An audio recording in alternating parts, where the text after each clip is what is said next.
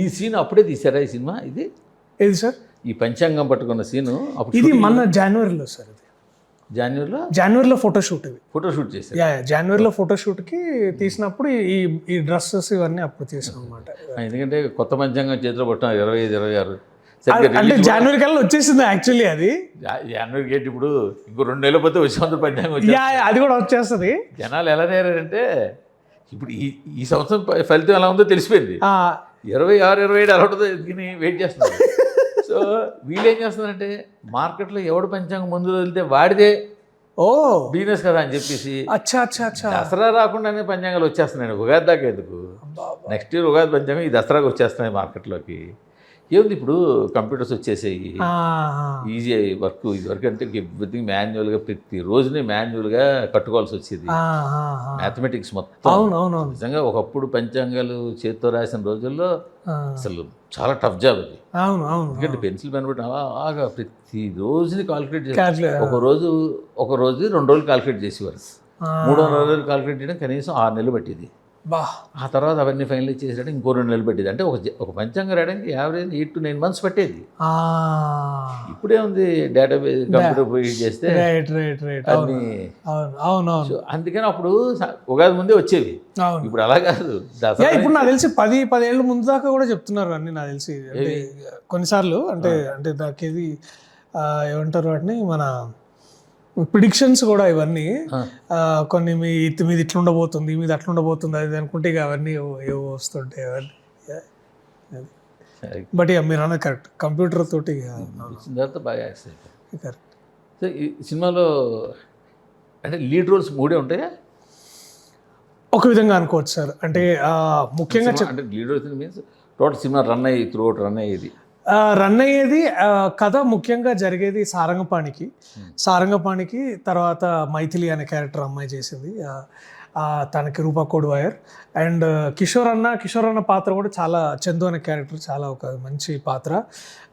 ఎక్కువ ట్రావెల్ మా ఇద్దరిదే ఉంటుంది. ఇన్ఫ్యాక్ట్ చెప్పాలంటే అంటే ఒక విధంగా కిషోర్ అన్న ఈ సినిమాలో సెకండ్ లీడ్ అని కూడా అనవచ్చు. ఏమాత్రం దాంట్లో నాకైతే ఇసువంత ఇది కూడా లేదు, క్లియర్గా చెప్పొచ్చు. అండ్ చాలా గొప్ప, ఐ థింక్ ఆయనకి మళ్ళీ చాలా రోజుల తర్వాత ఒక గుర్తుండిపోయే ఒక పాత్ర కిషోర్ అన్నది కాబోతుంది. నాకు ఆ నమ్మకం ఉంది క్లియర్గా. సరే, ఎందుకంటే గారు యాక్చువల్గా చిన్న సినిమాలు ఇలా 2-3 క్యారెక్టర్తో రన్ చేసి చాలా బాగా చేశారు. అవునవును చూసాం. ఇంతకుముందు ఈయనతోటే ఒక సినిమా కూడా చేశారు. అవును అడిశేష ఈయన ఎవరు కాంబినేషన్ ఎవరితో చేశారు ఇంతకుముందు? శ్రీనివాస అవసరాల అడివిశేషం మన అమితుమి చేశారు. ఆయన చిన్న సినిమాలను బాగా చేస్తారు. సో అంచేత ఈ సినిమా మీద గ్యారంటీగా ఆ హోప్ అయితే ఉంది. Definitely sir. అంటే ఇది సార్కి నచ్చిన 3 ఐడియాస్లో ఇది ఒక చాలా ఫేవరెట్ ఐడియా అంట. ఇది ఎప్పుడో రాసుకున్న కథ ఇది ఆయనది. కానీ ఆ ఇన్స్టాల్మెంట్లు కొద్దీ అప్పుడొకటి చేద్దాం అనే ఆ ఉద్దేశంతో ఈ కథ నాకు చెప్పినప్పుడు అసలు ఇది ఇన్ని రోజులు ఎలా దాచిపెట్టారు సార్ మీరు అని అన్నట్టు అనుకున్నాను నేను కూడా. చాలా అంటే వింటున్నంతసేపు నవ్వుకున్నాను. మళ్ళా మేము మా టీం మెంబర్స్ అందరం సార్ది ఒక ప్రోటోకాల్ ఉంటుంది, ఆ రీడింగ్ అందరూ చేయాలి ఆ రీడింగ్.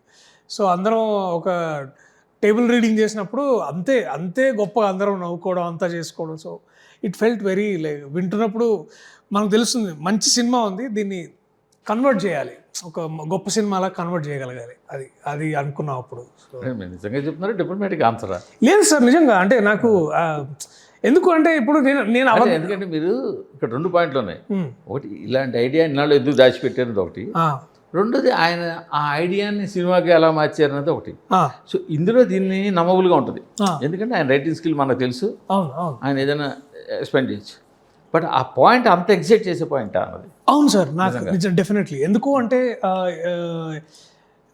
మీరు ఎక్సైటింగ్ అంటే నేను ఏమన్నా ఏదో పెద్ద ట్విస్ట్ ఉంటుందా అని కాదు సార్. నా ఉద్దేశం ఏంటంటే ఒక సింపుల్ ఐడియాని ఒక బ్యూటిఫుల్ స్క్రీన్ ప్లేలో చెప్పడం చాలా కష్టం నేను నమ్ముతాను సార్.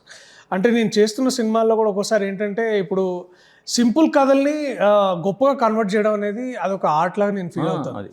అండ్ ఇది కూడా సింపుల్. నేను చెప్పాలని నిజంగా సార్, ఒక జాతకాలు నమ్మేవాడు వాడి జీవితంలో వాడు ఎలాంటి ఆటంకాలు తెచ్చుకుంటాడు, దాని నుంచి ఎలా బయటపడతాడని ఒక కథగా చెప్పుకోవచ్చు.